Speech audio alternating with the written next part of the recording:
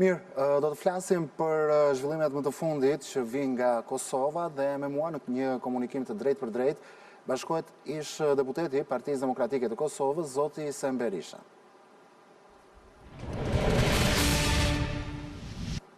Zoti Berisha, mirëmbrëma, kënaqësi që jeni me mua drejt për drejt në ora e fundit. Mirëmbrëma dhe juve. Zoti Berisha, dua ta nis këtë bisedë me ju me një pyetje të drejt për drejt.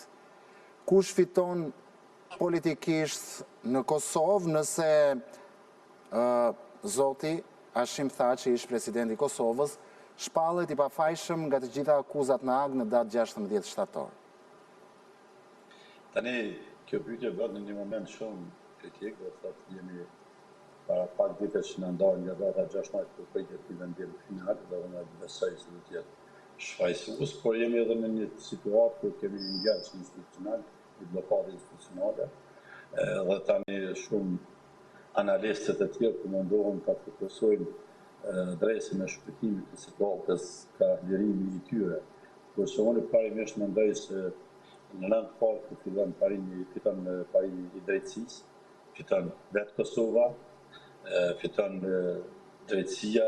për Kosovës në sovranitetë, drejta Kosovës dhe popullit Kosovës në sovranitet. Pastaj edhe një ndër figurat më historike të lutjes së shtetërorëve të Kosovës. Pra, unë mendoj se nuk mund të faktoruhet, por është kapitale edhe për partinë apo spektrin politik që ka taktuar vetë, sepse lidhet me trashëgimimin e tij edhe politike të Thaçit, dhe një pafajësi të ishte një kapital i madh, edhe moral edhe politik, edhe për subjektin që ai vetë ka themeluar, apo që ka gjeneruar nga struktura që kanë rreshur në shtetin shqiptar dhe lutën për lirinë e Kosovës. Pra, unë mendoj se është naivitet. Dhe do të ishte edhe ndoshta edhe gabim mendues se automatikisht kjo duhet më përkthy tash të jemi vota, një rikthim të në mënyrshëm të kjo vërtet. Ne jemi në një proces politik, jemi në shtet, ka procedura, ka procese, por kjo do të jetë një fitore morale dhe një shtytse madhe, vetë pafajësia e saj, jo vetëm për Kosovën, jo vetëm për parimin e drejtësisë atje, por edhe për popullin e Kosovës, për modelin politik, si do të thoya ai. Pra, unë mendoj se ai efekti më të madh do ta jetë ajo narracioni politik që do të fillohet për të ndërtohet tani me një prej figura më të rëndësishme të historisë Kosovës, se do të kthejë skenën politike me një legitimitet të ri që pia jep një gjykatës ndërkombëtare, pa me një vendim gjyqësor të gjykatës ndërkombëtare. Por, zoti Berisha, çfarë do të ndryshonte në politikën e Kosovës nëse zoti Hashim Thaçi rikthehet pas përfundimit të procesit në Hag dhe le të themi një rikthim i Thaçit në politikë? A e trëmb Albin Kurtin? Tani, shqipe, ka është një shprehje që s'du të fyja s'kan, por ikja e luaj dhe thotë majmore bërmreta, kështu të shkan du të është një thane. Me largimin e tyre, ata kanë përpasuar një peshë politike ndryshe, një peshë politike maturuar përballë një diplomacie të kohës që ka bërë, si them, ndryshime në hartat e botës, ka bërë ndryshime të kurseve politike, ka qenë një përballje siç e përshkroi ai vetë në intervistën e fundit elefantësh, me cilën është përballur ky në një moshë 29 vjeçare, do thotë unë mendoj se pesha politike e Thaçit është ndryshe, dhe pra dhe kjo do ta ndryshojë tërësisht peshën e gjithë aktorëve politik dhe mënyrën se si do të zhvillojë tani një debat publik në rast se. Pra, nuk kthehet Hashim Thaçi thjesht si një ish president, ai do të di si një figurë që ka qenë në qendër pothuaj gjitha proceset vendimore të Kosovës, edhe luftën, edhe Rambujin dhe ato çfarë parafrazohet po e tha ai në intervistën e ndamshme, pastaj edhe periudhën e pas luftës, dialogun drejt shpallja e pavarësisë dhe në konsolidimin ndërkombëtar shtetit dhe ndërtimin e subjektivitetit ndërkombëtar shtetit të Kosovës. Pra kthimi i tij nuk duhet domosdoshmërisht të jetë një rikthim në një post, as siç mund të mendoj shumë kush. Fillimisht unë e shoh se një rikthim ka në jetën publike të Kosovës dhe politike, që ka nevojë për peshën politike Thaçit dhe leadershipit tjerë, e pastaj për dhe pikërisht në rrjedh ndjesi ju ndërpres, por në rrjedh të mendimit tuaj doja t'ju pyesja se ku mendoni ju se mund të pozicionojë Thaçi në skenën politike përballë Kurtit, pranë opozitës, apo le të themi si një faktor mbi partijak, ndoshta një faktor përbashkues. E tashti, Kurti e ka vënë përballë Thaçin dhe komplet zhvillimin politik që pjesë e cilit ka qenë ai vetë dhe ka lideruar pothuajse me të Kurti e ka vënë përballë. Kjo do të ishte tani ajo pika më interesante në qoftë se dhe do të kishim një vendim lirues dhe papajsi që unë shpresoj se kur. Unë nuk e shoh domosdoshmërisht tani Thaçin kthehet atje si lider i një partie opozitare, sepse ai ka subjektin politik cilin vetë ka krijuar, me cilin e ruan gjitha ingerencat që nga lufta, po pesha e tij politike më e madhe, unë e shoh nëse fillimisht pozicionohet si faktor bipolit, veçanti për çështjet nivelit strategjik të shtetit. Ju e pat edhe mesazhin e tij të fundit, pra ka shku pikërisht në këtë drejtim, kërkon një kryes partisë, ku do të arrijë një marrëveshje gjithëpërfshirëse me vallë gjitha partive, edhe për çështjet sigurisë, edhe për politikë jashtë, në raportet me NATO BE, pastaj marrëdhëniet speciale që duhet të kemi në SHBA, e cili i vulin tek kësaj, si dhe një reformë, pastaj edhe sistemi dhe si zgjedhor, në legjislacionin e saj. Pastaj ligjin të dialogut me Serbinë për mbylljen e tij me ratifikim të kufive të tjera. Por ajo çfarë është e rëndësishme, që të thuhet është se tani do të kishim përballë me Kurtin, dhe kursin e tij politik dhe komiteteve të tij, që sot është shndruar në një sistem politik që i ka vënë shërbim pothuajse gjithë subjekt spektrin tjetër. Tash do të kishim propozimin e një modeli tjetër të shtetit dhe të politikës. Pra një model që ka bërë realitet luftën lirin të shtetit, pavarësinë dhe shtetit ndërtimin, dhe që tani duhet ta rikthejë në binaret normal prapë Kosovën, të cilën ju thoni zoti Berisha që do kishim një model tjetër politik, po ku do përplaseshin më fort, le të themi, dy modelet e tyre politike, pra modelet politike të Thaçit dhe Albin Kurtit, do përplaseshin tek dialogu me Serbinë, tek marrëdhëniet me Shtetet e Bashkuara të Amerikës, ku tashmë i dim çfarë marrëdhëniesh ka Albin Kurti me aleatin ton kryesor, apo do përplaseshin tek politikat e brendshme? Tashti, unë mendoj se të trija fushat do të ishin tema në cilat edhe dialogu, për cilën e përmes reformatimit marrëveshjeve e ka kthyer dhe faktikisht ingerencat e Serbisë në Kosovë, edhe marrëdhëniet me SHBA, që ju dini që ka një ndërprerje të dialogut strategjik, por edhe në politikat e brendshme kemi degradim institucional, gjitha fushat e jetës, përfshi edhe sigurinë që është vallëim. Pra, ajo çfarë mendoj është janë të trija këto fusha, në spojnë, por politika jashtëm që duhet stabilizohet dhe marrëdhëniet me aleatët që Kosova tani përqendron e izoluar dhe përballet me një diplomaci agresive, ndërkohë që Serbia trajtohet përmes një soft diplomaci. Pra, dialogu me Serbinë është vetëm njëra ndër pjesët e kësaj përballje, por unë mendoj se dallimi më i madh mund të jetë të pyetë se si duhet ta ndërtojë Kosova fuqinë e saj shtetërore. Pra, Kurti e dim tash kursin që kanë një përplasjes me aleatët, kurse Thaçi edhe në kaluar, por pres edhe në të ardhmen, do të synonte pra ndërtimin e kësaj politike përmes një koordinimi maksimal me SHBA dhe aleatët perëndimor. Pra për një apo qytetarët do të zgjedhin mes këtij kursi apo kursit të veprimit me një qasje të pavarur dhe konfrontuese siç e ka dhënë Kurti deri tani, edhe dihet se ku na ka çu kjo. Pra, Thaçi mesazhin e tij fundit e patin konsiderat veçanti raportin me NATO-n dhe për integrimin e BE, pastaj marrëdhëniet me SHBA-n që janë jashtëzakonshme, politikën e jashtëm që duhet të jetë pjesë e një konsensusi kombëtar, pra ne nuk mund të operojmë vetëm me interesat e ngushta të qeverisë të Azamit në Prishtinë, sepse fatet e shqiptarëve jashtë kufive, Shqipërisë landineze, por edhe Kosovës sot lidhen edhe në politikat që gjenerohen shumë nga Tirana apo nga Prishtina. Pra unë mendoj në politik të rrallë do të ishte më shumë të orientimi strategjik i shtetit edhe për dialogun. Shko, zoti Berisha, ti fole se si duhet të ndërtoj Kosova politikën e saj në të ardhmen, por po të kthemi në realitetin e sotëm, ku lëvizjave vendosje dhe Albin Kurti e ka futur Kosovën,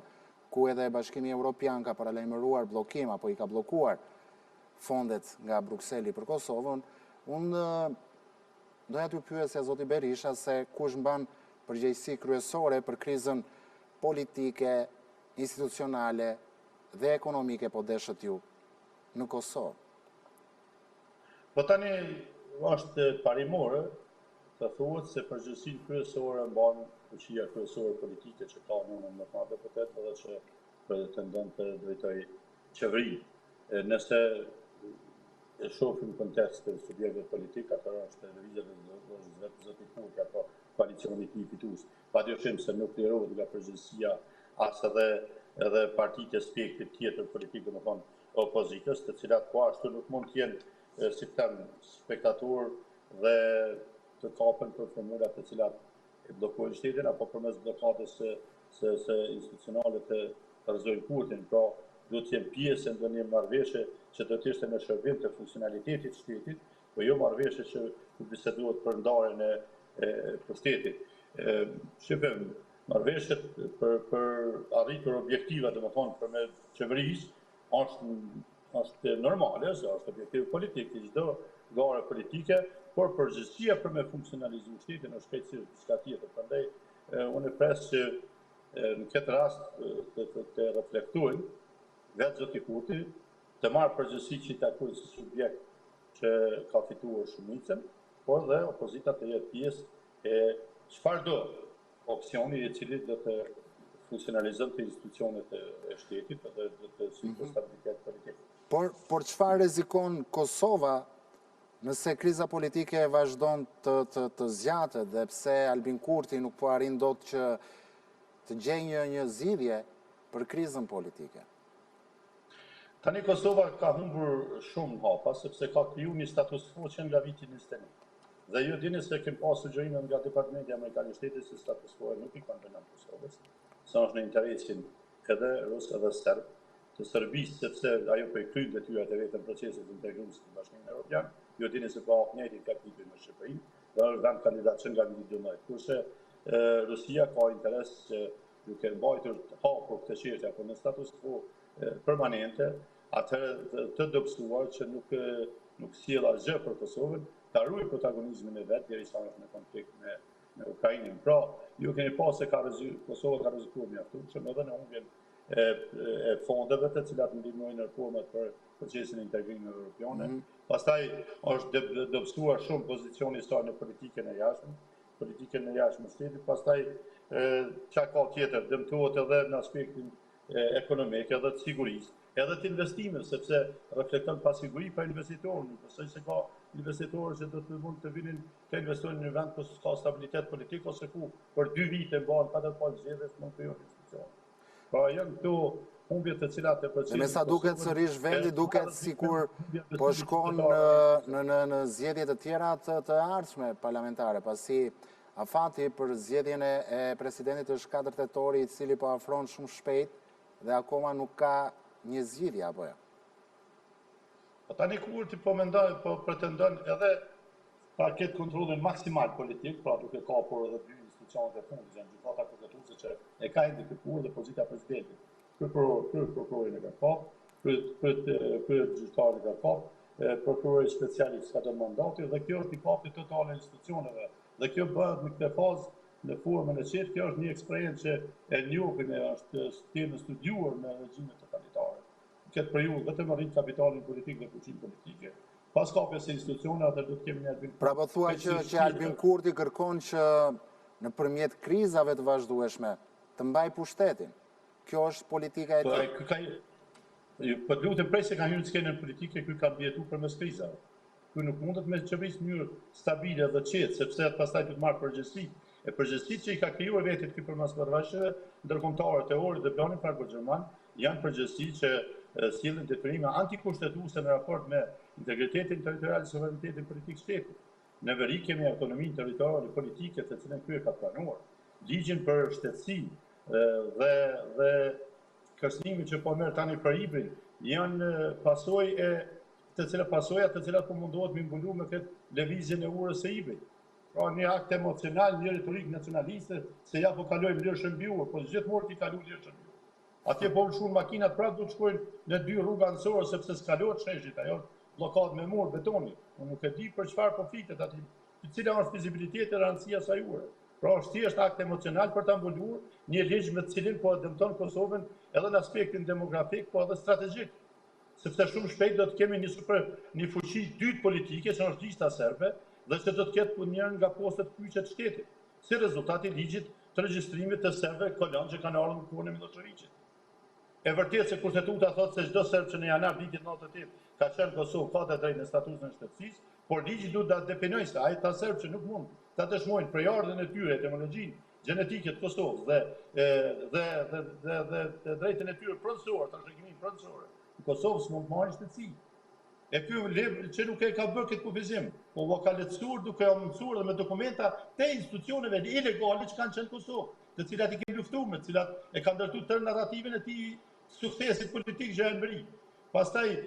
edhe dokumenteve të kohës regjimit të Miloševićit, të cilin ka luftuar të gjithë botat na nga Kosova dhe ne kemi abstrahuar ato gjurmë, ky ka kthyer ato prapë si dëshmime të cilat mund të marrin statusin e shtetësisë. Pra këto janë dëmet që mundohet të mbuloj dhe Kurti tani është në një pozitë kur s'mund të stabilizoj një qeverisje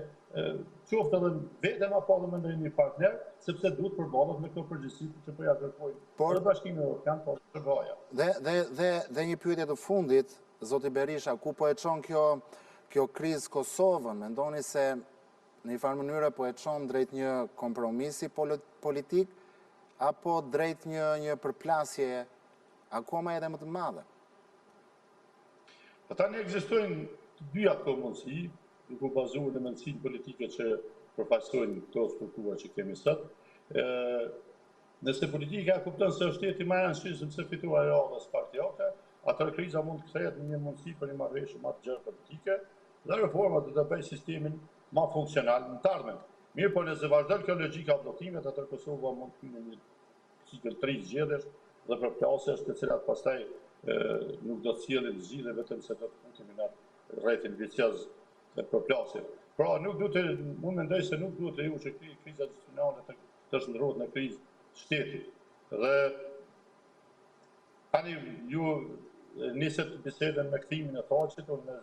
unë nuk pres që Thaçi të vitë me një Thaçi kundër Kurtit, sepse kjo do të ishte një redaktim i gabuar i problemit. Mirë po, a do të vazhdojt me një politikë përplasjeve të përhershme, si që ka instaluar këtë polarizim dhe përqarje politike dhe tendencë degraduese ndaj çdo vlerë shtetit Kurti, apo do të ndërtohet një konsensus i ri shtetëror mbi sigurinë, marrëdhëniet me SBA-n, NATO-n dhe për demokracinë, pastaj funksionimin e kushtetues shtetit, një praktikë që e ka dëshmuar Thaçi gjatë periudhës së parë, ku ka qenë edhe kryeminist edhe president, ju i dini deri ku ka shkuar ajo për afrimi subjektëve politik për gjetur kompromis për çështjen madhore të shtetit. Pra, unë mendoj se Kosova nuk ka nevojë për një luftë tre mes figura politike, po ka nevojë për një marrëveshje të tre politike mbi shtetin dhe besoj se Thaçi do të kthehet me një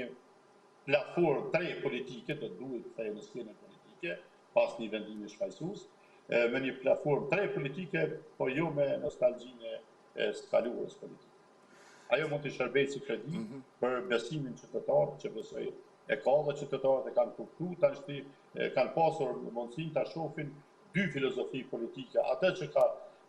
transformuar krejtësisht Kosovën nga një rrënjë e luftës në një shtet që është përshëndetur nga gjithë aleatët ndërkombëtar për avancimin e shpejtë në gjithë aspektet, edhe infrastrukturë dhe politike dhe diplomatike dhe sigurisë, dhe një modeli politik si që ka bërë Kurti përmes kësaj propagandës, përmes populizmit, përmes politikave fiktive, improvizimeve dhe një varfërimi social qytetarëve të cilët të përvojnë gjendje të mjerueshme. Unë besoj se qytetarët do ta kenë tani në mundësi zgjedhjen mes dy modele politike, dy modeleve të shtetit. Thaçi vjen me një histori, me një përvojë institucionale, edhe në marrëdhëniet ndërkombëtare dhe me një narrativ shtetformuese, të cilën besoj se e lakmojnë dhe kanë nderuar dhe kanë respektuar të gjitha. Dhe në fakt 16 shtatori vjen shumë shpejt dhe gjithë shqiptarët besojnë në pafajsin e Zotit Thaçi dhe të gjithë ish komandantëve të UÇK-s. Zoti Berisha, unë të falenderoj, ishte e kënaqësi që ishit me mua këtë mbrëmje drejt për drejt në ora e fundit.